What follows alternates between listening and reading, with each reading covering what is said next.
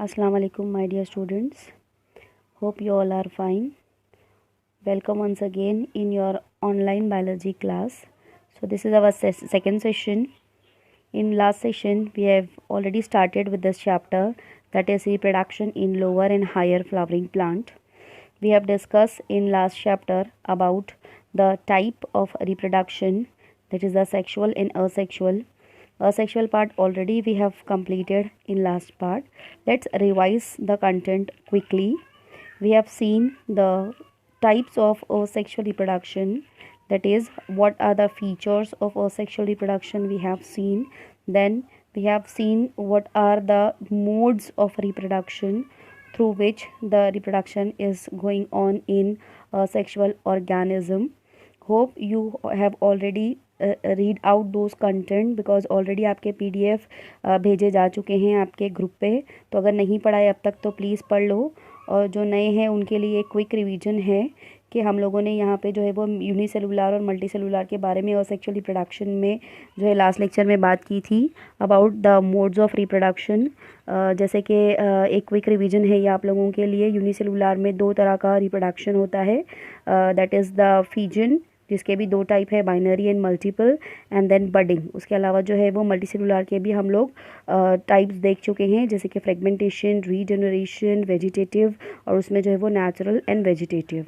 तो इस चैप्टर में या इस क्लास में हम लोग आज डिस्कस करने जा रहे हैं अबाउट द सेक्सुअल रिप्रोडक्शन. जैसा कि आप लोग ऑलरेडी जानते हो कि सेक्सुअल रिप्रोडक्शन को एम्फीमिक्सिस भी कहा जाता है, because here the gametes get fused together. That is the reason इसको जो है वो एम्फीमिक्सिस कहा जाता है. And for your kind information मैं एक और मतलब आपको बताती चलूँ कि असेक्सुअल रिप्रोडक्शन को एपोमिक्सिस कहा जाता है, बिकॉज उसमें गैमीट्स फ्यूज नहीं होते. तो let's quickly take the features of asexual reproduction. The very first feature of sexual reproduction is that is it is biparental. It means 2 parents required for completion of this process. It means 2 यहाँ पे gametes की हमको ज़रूरत होगी. That is our second point. Gametes formation take place, male gamete and female gamete. इस तरीके से यहाँ पे जो है वो गैमीट फॉर्मेशन होगा. And after the fusion of gametes only process जो है वो आगे बढ़ेगा. And that fusion itself is the fertilisation. That is fertilisation followed by embryogenesis. अब एम्ब्रियोजेनेसिस क्या है, किस तरीके से एम्ब्रियो बनता है, वो हम लोग आज की क्लास में देखने वाले हैं.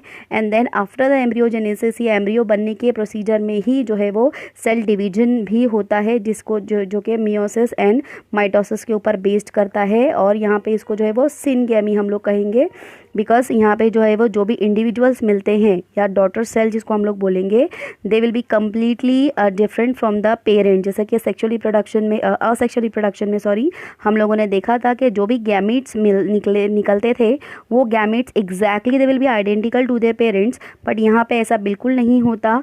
यहाँ पे जो है वो गैमीट्स जो होते हैं टोटली डिफरेंट होते हैं पेरेंट्स के. आप लोग अपने खुद की एग्जाम्पल देख सकते हो कि आपके और आपके पेरेंट में आइदर मदर और फादर आप लोग एग्जैक्टली आइडेंटिकल कॉपी नहीं होते, दो सम similarities are there.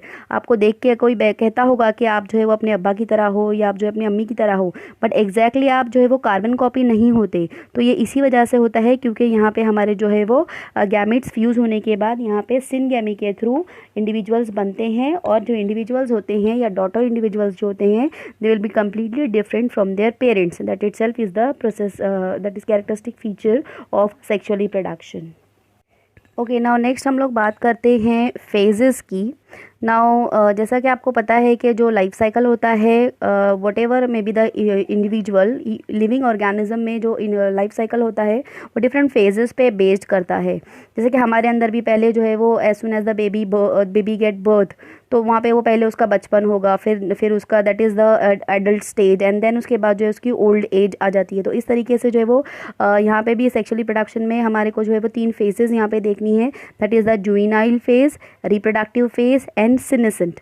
Juvenile phase means that is in plant. अगर मैं बात करूँ तो जुवेनाइल फेज यहाँ पे होगी वेजिटेटिव फेज, जिसमें कि plant without fusion of gametes vegetative तरीके से जो है वो प्रोपैगेट करता है. लास्ट लेसन में मैं आपको बता चुकी हूँ वेजिटेटिव रिप्रोडक्शन क्या होती है और किस तरीके से आर्टिफिशियली हम लोग उसको सपोर्ट कर सकते हैं. So that is the vegetative stage. Then जैसे ही वेजिटेटिव स्टेज कंप्लीट होती है, रिप्रोडक्टिव स्टेज स्टार्ट होती है. और इस रिप्रोडक्टिव स्टेज में इंडिविजुअल जो है केपेबल हो जाता है रिप्रोडक्शन के लिए। एंड देन उसके बाद जब ये रिप्रोडक्टिव स्टेज कंप्लीट हो जाती है तो उसके बाद जो है वो मैच्योरिटी हम लोग जिसको बोलेंगे वो स्टेज जो है वो सीनेसन कहलाता है, यानी उसके बाद यहाँ पे जो है वो रिप्रोडक्शन का प्रोसेस नहीं हो सकता, और we can say the end of the life cycle. Okay, now let's talk about the reproduction in plants.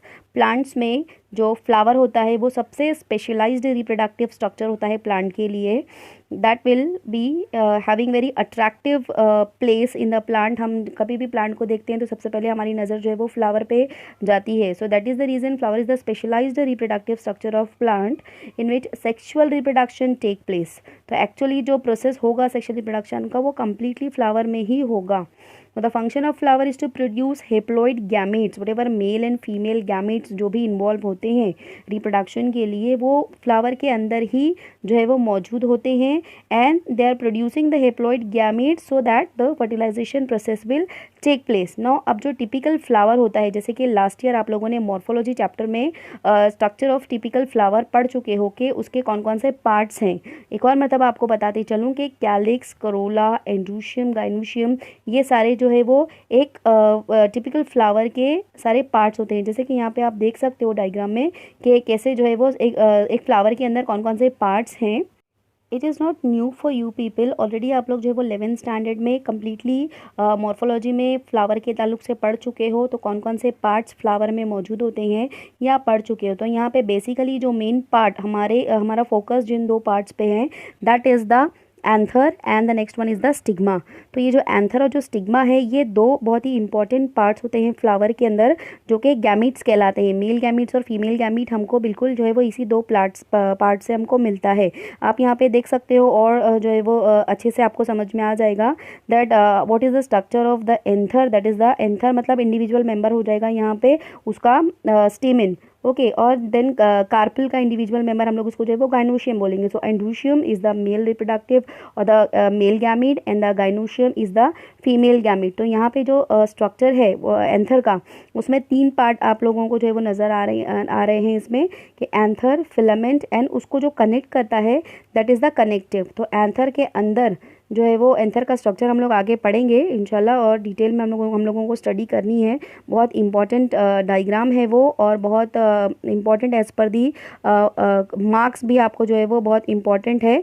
तो मैं समझाऊंगी इंशाल्लाह, आपको समझ में आ जाएगा, बट और एक मतलब आपको जो है वो उसको रीड करना पड़ेगा।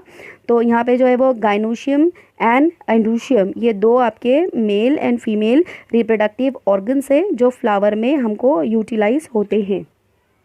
Before I start with the actual structure of flower or the process of fertilization, तो ज़रा क्विकली देखते चलते हैं कि एक्चुअली जो कौन से स्टेप्स हैं जो सेक्सुअली प्रोडक्शन में इन्वॉल्व होते हैं।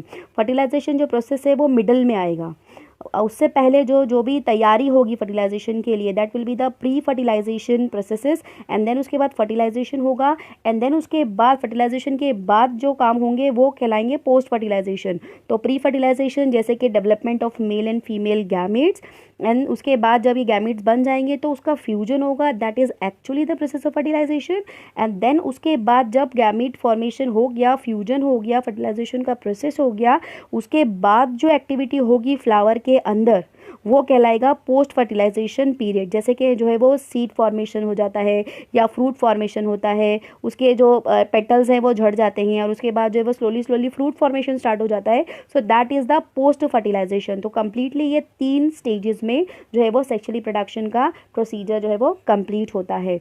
अब अगर हम लोग बात करेंगे फ्लावर की, तो फ्लावर को हम लोग जो है वो कोई सिमेट्री हम लोग नहीं दे सकते, बिकॉज आप देख सकते हो कि किस तरीके से उसके कुछ पार्ट्स कम्प्लीटली टूवर्ड्स राइट और कम्प्लीटली टूवर्ड्स लेफ्ट होते हैं। या आप लोगों ने लास्ट टाइम भी मॉर्फोलॉजी में पढ़ा है कि जो पेटल्स और सेपल्स होते हैं या जो एंड्रोशियम और गाइनोशियम की पोजीशन होती है वो इस तरीके से नहीं होती कि हम लोग उसको प्रॉपर एक सिमेट्री में डिवाइड कर सकें। Okay, now let's talk about the structure of anther. Anther का जो है बेसिकली 3 हिस्सों में एंथर डिवाइडेड होता है, that is the anther lobe and the filament and the connective. तो यहाँ पे अगर हम लोग टीएस लेके देखेंगे तो वहाँ पे हमको दरमियान में एक टेट्राहेड्रल स्ट्रक्चर नज़र आएगा, that is the actual position of pollen grain. और यहाँ पे जो है वो पोलन ग्रेन इस सैक लाइक स्ट्रक्चर के अंदर मौजूद होते हैं जिसको पोलन सैक कहा जाता है। और इस पोलन सैक को और एंथर को एंथर को और जो फिलामेंट है उसको जोड़ने के लिए दरमियान में एक पॉइंट होता है, that is called as connective. Okay, so now let's C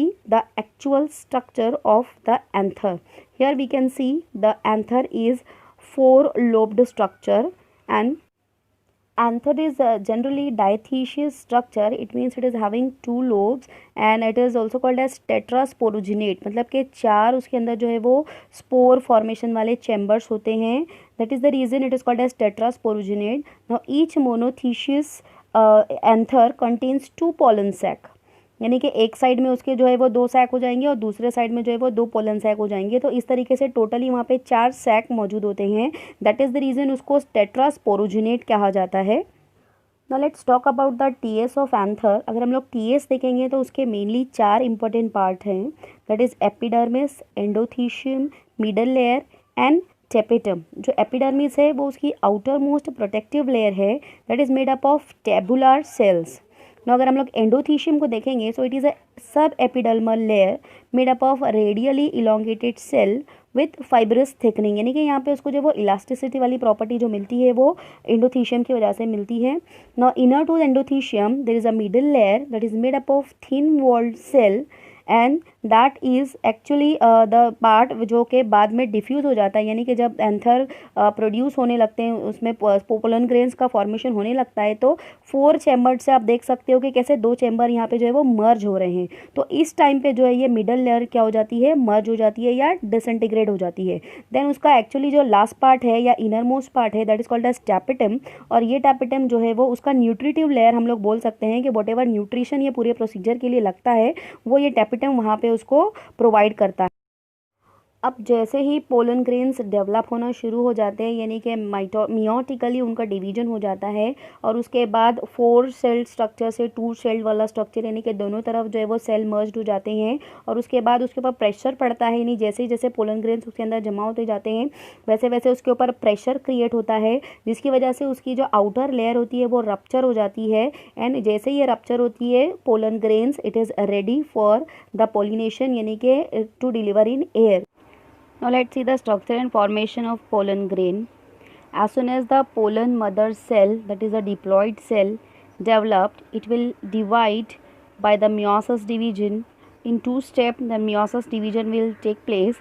That is 2 cell and the 4 cell division will take place. And at this point, the tetrad of 4 haploid pollen cells we will get. And when they will get separate, so there will be a formation of 4 separate pollen grains. Now if you will talk about the structure of microspore, that is the mature pollen grain, so it is a non-motile haploid unicellular body with single nucleus. It is surrounded by a 2-layered wall called sporoderm. The outer layer exine is thick and made up of complex non-biodegradable substance called sporopollenin. It may be smooth or with a sculptured pattern that is a characteristic of few species. सब में ये sculptured या irregular pattern नहीं होता. कुछ species की जो है ये sculptured pattern characteristics होती है. It is resistance to chemicals. It means it is non biodegradable. It is resistance to chemical. मतलब कि अगर accidentally अगर if it is mixed with the garbage तो उसको कोई नुकसान नहीं पहुंचता है. And again through the agent of pollination वो अपनी डेस्टिनी तक पहुंच जाता है. pollination क्या है और what are the agents हम इंशाल्लाह नेक्स्ट सेशन में पढ़ेंगे. At some places exine is very thin, showing the areas known as germ pores. Here you can see the presence of pit. So these are the areas mean for the growth of emerging pollen tube during germination of pollen grain. यानी कि जैसे ही इसका process complete होता है pollen tube जब form होने लगती है तो यहाँ पे इस पॉइंट से पोलन ट्यूब की ग्रोथ स्टार्ट हो जाती है. Then the inner wall layer that is intine that is consist of cellulose and pectin. तो इस तरीके से जो है वो 2 यहाँ पे लेयर मिलेंगी हमको पोलन ग्रेन में. First one outer one is the exine and the inner one is intine. you will understand more clearly about this process when you will see the video. I'm also going to show you a video, animated video about this complete process. तो वहाँ पे आपका जो है ये concept और भी अच्छे से इंशाल्लाह क्लियर हो जाएगा कि पोलन ग्रेन्स का डेवलपमेंट कैसे होता है. तो let's talk about the development of male gametophyte. जैसे कि आप लोग देख सकते हो और अब तक आपको पता होगा, यानी कि अब तक आपने देखा है कि एक्साइन, इंटाइन, ये दो इंपॉर्टेंट लेयर हैं पोलन ग्रेन के. तो अब यहाँ पे जो है वो फर्स्ट माइटोटिक डिवीजन स्टार्ट होता है और उसके बाद वहाँ उसके अंदर न्यूक्लियस का डिवीजन स्टार्ट हो जाता है. फर्स्ट टाइम जब न्यूक्लियस डिवाइड होगा तो उसके दो उसके पार्ट हो जाएंगे, that is the vegetative nucleus and the generative nucleus. तो जो वेजिटेटिव न्यूक्लियस है वो अब तक फ़िलहाल जो है वो एक्टिव कंडीशन में है. जनरेटिव न्यूक्लियस अब तक जो है वो इनएक्टिव कंडीशन में होगा. और you can say that in the cytoplasm of vegetative nucleus the generative nucleus will float.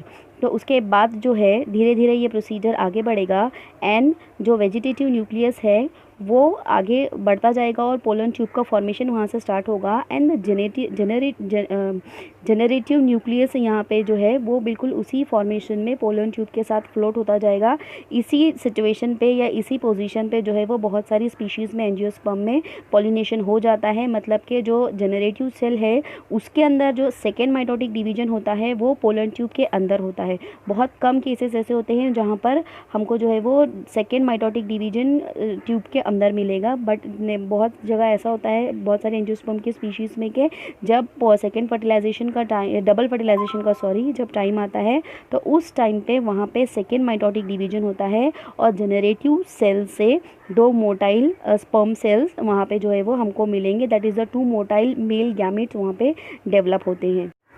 Now let's see a small video of the process of pollen development और कैसे जो है वो पोलन ग्रेन बनता है. This is a plant and they are the anther, that is the male gametophyte of the plant. जो plant के अंदर आपको पार्ट्स होते हैं जैसे कि सेपल्स, पेटल्स और इसके अलावा जो है वो what ever may be the complete flower. तो इस तरीके से जो ये कम्प्लीट फ्लावर है उसकी जो स्टेमिन पार्ट है उसका, यानी कि यहाँ पे स्टेमिन के अंदर बहुत सारे एंथर होते हैं जो कि कनेक्टिव से या फिलामेंट से जुड़े हुए होते हैं.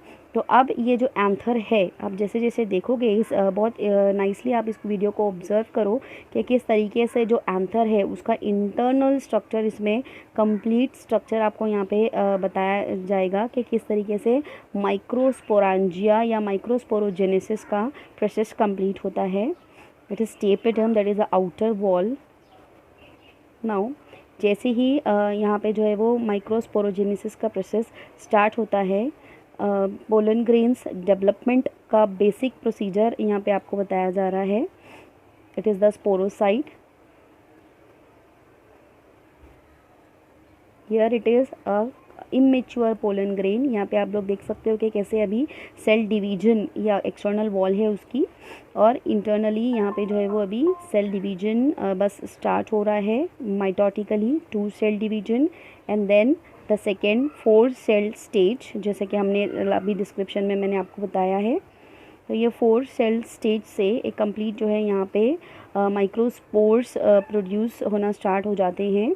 एंड उसकी जो एक्सटर्नल वॉल है, दिस इज़ द स्पोरोपोलिनिन, जैसे कि मैंने आपको बताया उसकी नॉन बायोडिग्रेडेबल जो वॉल है इट इज़ द स्पोरोपोलिनिन. तो 4 जो पोलन ग्रेन्स निकले वो अब जो है वो स्पोर फॉर्मेशन के प्रोसीजर के लिए जो है वो आगे बढ़ रहे हैं. Here it is the external covering, you can say the exine, यहाँ पे उसको सल्कस भी बोलते हैं. ये एक्सटर्नल स्कल्पचर्ड वॉल जो होती है, you can see the texture, ये कैसा इसका टेक्सचर है. तो बहुत सारी स्पीशीज़ में ये ऐसा हमको एंजियोस्पर्म में बेसिकली ऐसा जो है वो स्ट्रक्चर, स्कल्पचर्ड स्ट्रक्चर हमको देखने को मिलता है. Now we can see the actual internal structure. तो ये जो है उसका जनरेटिव सेल है, जो जनरेटिव सेल डिवाइड हो जाता है एंड एक सेल जो है उसका ट्यूब सेल में कन्वर्ट हो जाता है एंड जनरेटिव सेल ऐसे का ऐसा रहेगा और इसका जो है वो सेकेंड डिवीजन बाद में होगा. तो इस तरीके से जो है ये पोलन ग्रेन डेवलप हो गए. This is the exine and you can see the internal smooth wall. This is the internal smooth wall that is called as exine. तो ये एक्चुअली बेसिकली पेक्टिन और सेल्यूलोज से मिलकर बनी हुई है। तो अब यहाँ पे जो है ये mature sperm it is ready for, you can सी कि कैसे स्पोर्स जो है वो बन के उसके ऊपर अरेंज होते जाते हैं। तो इस तरीके से जब ये एक्सटर्नली हम लोग देखेंगे तो ये वो स्टेज होती है जहाँ पे एंथर का जो आउटर कवरिंग होता है, ये आउटर कवरिंग अब धीरे धीरे जो है वो that is the endothecium. Now this endothecium उसको जो है वो धीरे धीरे अभी खुलना शुरू होता है। Why? Because now it is ready for pollination process. तो जैसे ही ये ओपन हो जाता है सारे pollen grains it is ready in contact with air. So air, water और एनिमल्स हुएवर द एजेंट्स, तो ये पॉलिनेशन के लिए अब बिल्कुल रेडी है। तो अब यहाँ पे जो है वो पॉलिनेशन का प्रोसेस यहाँ पे हो सकता है because spores are ready for pollination process. Hope you have understood the formation of pollen grain with the help of this video. Now let's talk about the female reproductive organ that is called as carpel. ये actually gynoecium भी इसको बोला जाता है। Gynoecium का individual और active member जो होता है वो कार्पल कहलाता है। तो यहाँ पे आप लोग देख सकते हैं कि carpel is based on 4 important part. Basically तो 3 हिस्सों से मिलकर ये कार्पल बना हुआ होता है। आप लोगों ने आपके 11th स्टैंडर्ड के मॉर्फोलॉजी ऑफ फ्लावरिंग प्लांट में भी इसके बारे में पढ़ा है। So let's revise quickly. Carpel जो है वो 3 हिस्सों से मिलकर बना होता है, that is style, stigma and ovary. ना ओवरी के अंदर ओव्यूल्स अरेंज होते हैं और यही वो ओव्यूल है जो हमारा जो है वो एनाट्रोपस ओव्यूल जो हमको यहाँ पे आगे पढ़ना है। तो इसी इंडिविजुअल ओव्यूल को हमने पढ़ना है और इसी ओव्यूल के अंदर जो है वो एकदम इम्पॉर्टेंट प्रोसेस जो हमारा फर्टिलाइजेशन का है फ्लावरिंग प्लांट्स में वो कंप्लीट होता है। सो ये जो है वो ओव्यूल का स्ट्रक्चर हम लोग अभी देखेंगे। तो जो ओव्यूल होता है बेसिकली जितने भी एंजियोस्पर्मिक प्लांट है उनका ओव्यूल एनाट्रोपस ओव्यूल कहलाता है। बिकॉज यू कैन सी ये जो ऐसा है मीन उल्टा आप लोग बोल सकते हो कि जो माइक्रोपाइलर रीजन है एक्चुअली ये टॉप का रीजन है, बट एनाट्रोपस इसलिए बोला जाता है क्योंकि ये अपसाइड डाउन आप लोग बोल सकते हो। तो बेसिकली जो उसकी वॉल है जो प्लांट से अटैच होती है या जो उसकी ओवरी वॉल से जो ओव्यूल अटैच होता है दैट इज़ द फ्यूनिकल। और ये फ्यूनिकल को एक्चुअल ओव्यूल से जो पार्ट जोड़ता है वो पार्ट होता है हाइलम।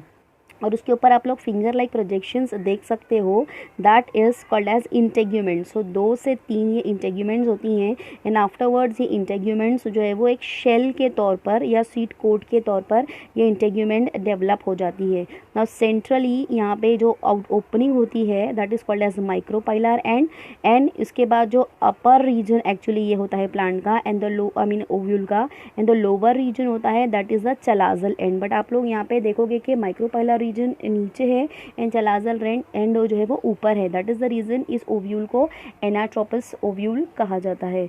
नाउ जो न्यूसिलस है that is the main nutritive part of this ovule जिसके थ्रू यहाँ पे जो है वो न्यूट्रिशन मिलता रहता है। एंड यहाँ पे जो बेसिकली जो न्यूक्लियस है उसका फॉर्मेशन जो है वो होता है after the nuclear division.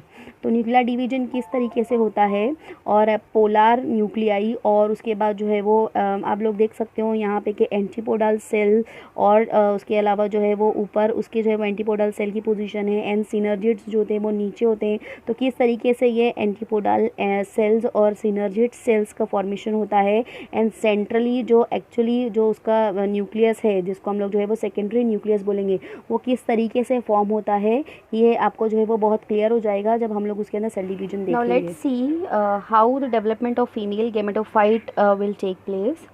So the megaspore mother cell first they will undergo meiosis division to form linear tetrad of haploid cell। जैसे कि आप लोग देख सकते हो कि 4 सेल जो है स्टार्टिंग में रहते हैं that is called as megaspore। upper 3 megaspore abort and the lowest one towards center of न्यूसिलस remains functional, यानी कि ऊपर के जो है वो 3 एबॉर्ट हो जाते हैं डिसइंटीग्रेट हो जाते हैं। So it act as the first cell of the female gametophyte जहाँ से जो है वो डिवीजन स्टार्ट होना है। Now generally 1 megaspore towards centre is functional megaspore, it is in fact the first cell of female gametophyte. अब इसके बाद जो है वो 3 successive free nuclear mitotic division यहाँ पे होंगे। तो इस तरीके से टोटल 8 न्यूक्लियाई डेवलप होंगे and out of that 4 of which are located at each pole, यानी कि ऊपर की तरफ आपको 4 न्यूक्लियाई दिखेंगे और नीचे की तरफ जो है वो आपको 4 न्यूक्लियाई दिखेंगे। नाउ अब क्या होगा, 1 nucleus from each pole migrates towards the center and are called polar nuclei. 3 nuclei towards micropylar end consist egg apparatus. It consists of large central haploid egg cell and 2 supporting haploid synergate cells. अब जो synergate cells हैं will show hair like projections, जिसको बोलते हैं filiform apparatus that will guide the pollen tube towards the egg, यानी कि जब fertilisation का प्रोसेस होगा तो उस टाइम पे जो है ये सेल्स उसको गाइड करेंगे। नाउ द एंटीपोडल सेल्स जो हैं they will group, it is a group of 3 cell present at the chalazal end. The 2 haploid polar nuclei of the large central cell fuse to form diploid secondary nucleus, और it is also called as definitive nucleus, क्योंकि ये जो है वो diploid nucleus है और उसके अलावा माइक्रोपाइलर एंड पे और चलाजल एंड पे जो भी हमको जो है वो न्यूक्लियाई मिले हैं वो सारे हेप्लॉयड हैं. Now just prior to fertilisation यहाँ पे जो है ये डेफिनेट न्यूक्लियस बन के रेडी हो जाता है and this 7 celled and 8 nucleated structure is called as an embryo sac. तो यही वो मेथड है जिसके ज़रिए से जो है वो एम्ब्रियो का डेवलपमेंट होता है एक सिंगल मेगास्पोर मदर सेल से. दैट इज़ द रीज़न इसको जो है वो मोनोस्पोरिक डेवलपमेंट भी कहा जाता है. Now in angiosperm the development of female gametophyte is endosporous, मतलब कि within the megaspore. So जो फीमेल गेमेटोफाइट होता है वो बिल्कुल कलरलेस होता है and it is also endospermic, यानी कि अंदर उसके जो है वो एंडोस्पर्म के अंदर यहाँ पे जो भी काम हो रहा है वो, and it is concealed inside the ovule. आपको पता है कि एंजियोस्पर्म की ये कैरेक्टरिस्टिक फीचर है कि ovules are enclosed inside the ovary.